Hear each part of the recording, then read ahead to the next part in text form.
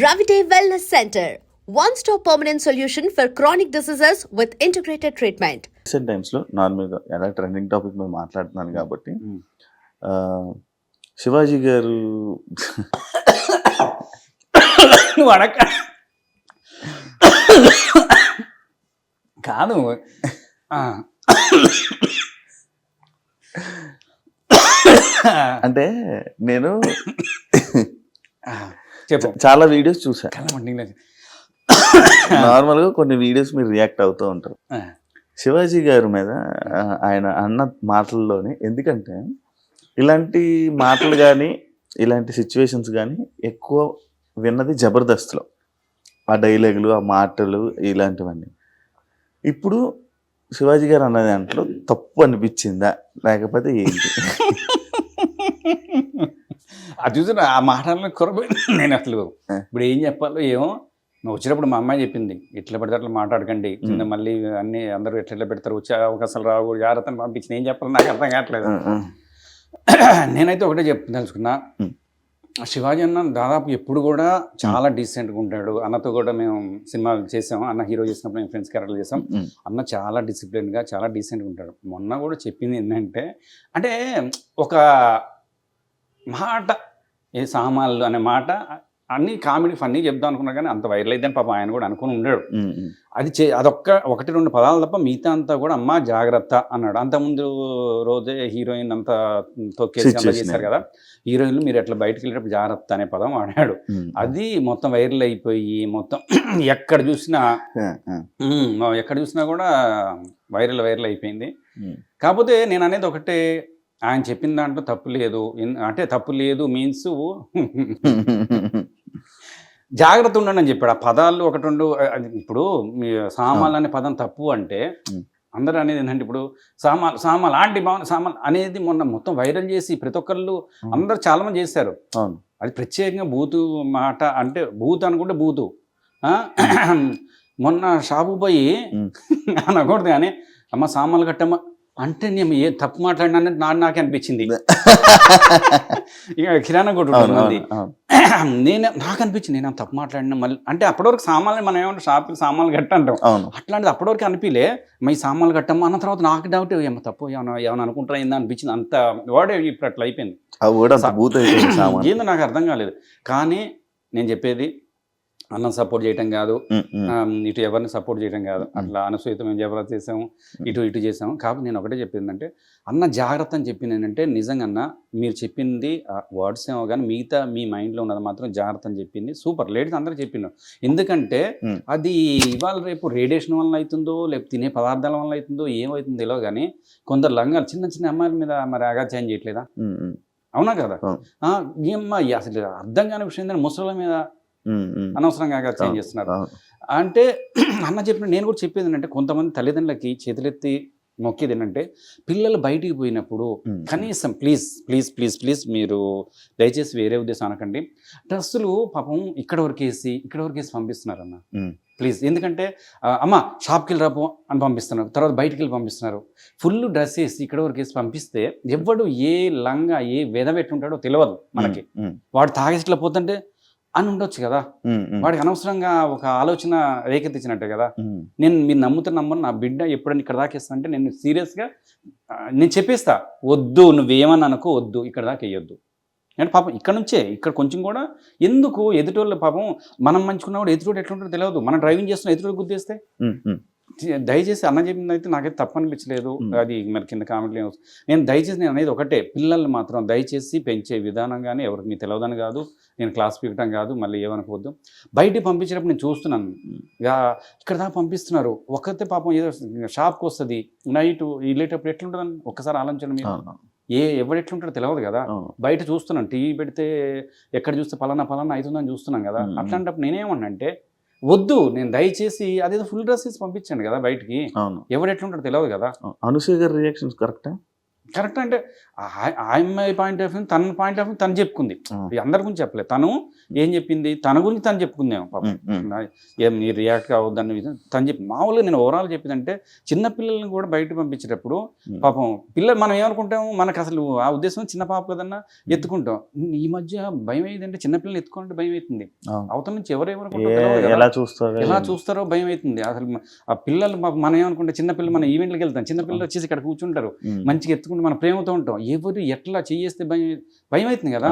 నేను అనేది ఏంటంటే అదే చెప్తున్నా, తల్లిదండ్రులకి ఫుల్గా డ్రెస్సు ఏముంది ఇక్కడ దాకా వేయండి, ఇక్కడ దాకా వేయండి, మిడిల్ వేసినప్పుడు కొంచెం లెగిన్స్ అంటే మరి అది ఎట్లా పోతే నాకు తెలియదు. నేనైతే తల్లిదండ్రులకి పిల్లలకి, ఎందుకంటే నాకు పాప ఉంది, బాబున్నాడు. ఇంకోటి అనసూయ చెప్పిన ఒక మాట బాగుంది, మగవాళ్ళకు కూడా చెప్పండి అని పదం. ఎందుకంటే ఆయన చెప్పడం గురించి కాదు, నిజంగా మగపిల్లల్ని పెంచే విధానం కూడా కరెక్ట్ ఉండాలి. అరే నాయన, అది నీ చెల్లి లాంటిది, అది నీ అక్క లాంటిది, నువ్వు దాన్ని వేరే ఉద్దేశం చూడకు. అర్థమైంది. ఎందుకంటే మగ పూరగాలు కూడా అట్లే తయారైండు. అంటే అందరి గురించి చెప్పట్లేదు, వాళ్ళు కూడా బయటకు పోతే ఎట్లా ఏమవుతుందో అర్థం కావట్లేదు. మనం పెంచడం కూడా వేరే నా కొడుకుని అదే చెప్తాను నేను, నాన్న ప్రతి ఒక్కరిని చెప్పేటప్పుడు అక్క, చెల్లి, తమ్ముడు ఇది మాట్లాడు. అర్థమవుతుందా? నేను చూస్తా వాడు పక్కన బెడ్రూమ్, ఇప్పుడు ఎవడు బెడ్రూమ్ వాళ్ళకి అయిపోయింది, ఆ బెడ్ తొంగి చూస్తే నేను చూస్తా, వాడు ఏం చేస్తాడో ఏం చూస్తున్నాడో నేను చూస్తా. ప్రతి ఒక్కరి తల్లిదండ్రులు కూడా చూడాల్సిన బాధ్యత ఉంది. వాడు ఏం చూస్తాడు, ఏ వీడియోలు చూస్తాడు, ఏం చేస్తున్నాడో చూడాలి. చూడకపోతే మరి అట్లనే తయారైతాయి కదా. నేను చెప్పేది అదే చెప్తున్నా, మగపిల్లలకు కూడా చెప్పాలి, ఆడపిల్లలు కూడా జాగ్రత్త ఉండాలి. అంటే డ్రెస్సులు మాత్రం దయచేసి ఫుల్గా వేసుకోవాలి. ఎందుకంటే కొంతమంది గుళ్ళకి వెళ్ళినప్పుడు కూడా కొంత స్లీవ్లెస్ వేసేసి వస్తున్నారు. కానీ ఇప్పుడు రానియట్లేదు అన్ని. ఏంది పెద్ద గుళ్ళల్లో అయితే ఓకే, మామూలు గుళ్ళలో వచ్చేస్తున్నారు కదా. ఏం లేదు, ఇదైతే ఎవరిని ఉద్దేశించింది కాదు, నేను చెప్పేంత గొప్పవాడిని కాదు, ఏం కాదు. కానీ దయచేసి నేను అనేది ఏంటంటే అందరం బాగుండాలి, అందరం మన ఫ్యామిలీ కాబట్టి అన్న చెప్పిండు అంతే. ఇల్లు కొనుక్కున్నావు అన్న? కొనుక్కున్నాను దేవుడి దగ్గర. నేను చెప్పేది ఒకటే, నాకు శ్యాంప్రసాద్ రెడ్డి గారు ఆయన నా ఒక్కడికే కాదు, ఆయన దేవుడి దేవాల అందరికీ దేవుడు. ఆయన చేపట్టి ప్రతి ఒక్కరు ఇల్లు కొనుక్కున్నారు, కాళ్ళు కొనుక్కున్నారు, అందరు కొనుక్కున్నారు. అవునా కదా? అవును. శ్యాంప్రసాద్ రెడ్డి గారు మా అందరి పాయింట్ దేవుడు. ఆయన మళ్ళీ మధ్యలో వెళ్ళి కలవాలి, ఒకసారి కలిస్తే మళ్ళీ అప్పుడు రోజులు మంచిగా ఉండే, అందరం చేసుకున్నాం, అందరం సంపాదించుకున్నాం. మళ్ళీ ఇప్పుడు ఏమవుతుందో, పాతలో అందరం దూరం అవుతున్నాం. ఒకసారి మీ అందరి తరపున మాకు మళ్ళీ చేయాలని ఉంది జబర్దస్త్. అవును, మళ్ళీ రీ జబర్దస్త్ అని చెప్పి మళ్ళీ సేమ్ పాత కొంతమంది పిలుస్తున్నారు. మరి మమ్మల్ని మాలాంటి కూడా మళ్ళీ పిలిస్తే మా సంతోషం. ఇప్పటికీ చేయాలని ఉంది, అదే కసి మీద ఉన్నాం, అదే ఉత్సాహం మీద ఉన్నాం. అప్పుడు మేము కూర్చొని రాసుకునేంత ఫైట్ మీద ఉన్నాం. ఇప్పటికీ మళ్ళీ మాకు ఇస్తే మళ్ళీ మేము చేయడానికి చాలా మంది మమ్మల్ని బయటికి పోతే, అన్నా మళ్ళీ రండి అన్న, మిమ్మల్ని మిస్ అయిపోతున్నా అనేటోళ్ళు బొచ్చిన మంది ఉన్నారు. అందుకే మళ్ళీ మాకు అనిపిస్తుంది మళ్ళీ మేము అదే కసి మీద ఉన్నాం, అదే రాసుకుంటాం, అదే చేస్తాం. మళ్ళీ అందరూ శ్యాంప్రసాద్ రెడ్డి గారికి అదే కోరుకుంటున్నాం, మళ్ళీ పిలిస్తే వచ్చేసుకుంటాం. జనాల డౌట్లే లైక్ తీసేసారా వచ్చేసారా అది నాకు ఇంతవరకు తెలియలేదు. తీసేసారా వచ్చేసారా ఎవరికి నేను ఏం చెప్పలేకపోతున్నా. కొంతమంది తీసేసారంటారు, కొంతమంది వచ్చేసారంటారు, కొంతమంది మాత్రం నిజంగా ఇప్పటికీ నార్మల్గా జబర్దస్త్ నుంచి బయటకు ఉన్న వాళ్ళు, బయటకు వచ్చేసి చేయని వాళ్ళు ఒకరు అంటారు, అంటే తీసేశారు అన్న పాయింటే, బయట మేమే వచ్చేసాం. అదే ఒక్కొక్కళ్ళు ఒక్కొక్క ఉంటుంది. కొంతమంది ఏమో ఓవర్ యాక్షన్ చేస్తే తీసేస్తారు, ఏం లేదు. కొంతమంది ఏమో వాళ్ళకి దాదాపు వచ్చేసామనే వాళ్ళు ఎవరు ఉంటారు, అంత మంచి డబ్బులు ఇచ్చి ఫుడ్ పెట్టి భయ నేను వచ్చేసా అనేది దాదాపు ఉండను. అది ఆ పరిస్థితులు అవి వాటిని బట్టి అక్కడ ఇమ్మడలేక అంటే అది పరిస్థితులను బట్టి తప్ప, ఏదో పరిస్థితులు అక్కడ ఉండలేక వచ్చేయటం ఏదో తప్ప, కొత్త వాళ్ళు వచ్చేసరికి మనం రాలేకపోవటం, లేకపోతే అది అక్కడ ఉండలేకపోవడం తప్ప. నిజంగా మల్లెమాల అనేది శ్యాంప్రసాద్ రెడ్డి గారు అనేది అది అందరికీ, అది దేవాలయం అందరికీ అంతే. ఇక సినిమాల వల్ల మీకు పేరు వచ్చిందా, జబర్దస్త్ వల్ల పేరు వచ్చిందా? సినిమాల వల్ల అయితే నిజం చెప్పాలంటే బిల్లా ప్రభాస్ అన్నతో చేశాను, తర్వాత నేను రవితేజ అన్నతో చేశాను, శర్వానందతో చేశాను, అలానే ఫ్రెండ్స్ క్యారెక్టర్లు హీరోలతో చాలా మంది చేశాను. కాకపోతే అప్పటి వరకు ఫనీ అంటే నేను 2000 చంటిగాడు జయ మేడం, చంటిగాడు బాలాచ హీరోగా సుశాంత్ హీరోగా నేనే ఫస్ట్ సినిమా. అట్లా కొత్త హీరోలతో, పాత హీరోలతో, రీల్ కాలం దగ్గర నుంచి ఇప్పుడు వరకు సినిమాలు చేస్తాం. మంచి అంటే పెద్ద బ్రేకులు అయితే నిజంగా చెప్తున్నా, సినిమాల్లో బ్రేక్ రాలేదు. కానీ ఫనీ, మన సినిమా ఇండస్ట్రీకి ఫనీ ఆర్టిస్ట్ అరే ఇప్పటి ఎప్పటి చూడండి. జబర్దస్త్ మాత్రం మాకు మారుమూల గ్రామంలో వెళ్ళిన అరకులో షూటింగ్కి వెళ్తే నిజంగా మా అందరికి ఎంత ఆనందం అనిపిస్తుంది అంటే, వాళ్ళు నిజంగా ట్రైబల్స్ ముక్కులో ఇట్లా పెట్టేసేసుకుని గోచి పెట్టుకుని మేము షూటింగ్ అట్లా జలపాతాల షూటింగ్ చేసుకుని 6:30 అప్పుడు మసక చీకటి అంత అయిపోతుంది ఈవినింగ్ టైం తొందరగా చీకటి పడిపోతుంది అయిపోతే వచ్చేసి వాళ్ళందరూ వచ్చేసి పిలిస్ అంటే నాకు అసలు ఎంత అందం అనిపిస్తుంది అసలు.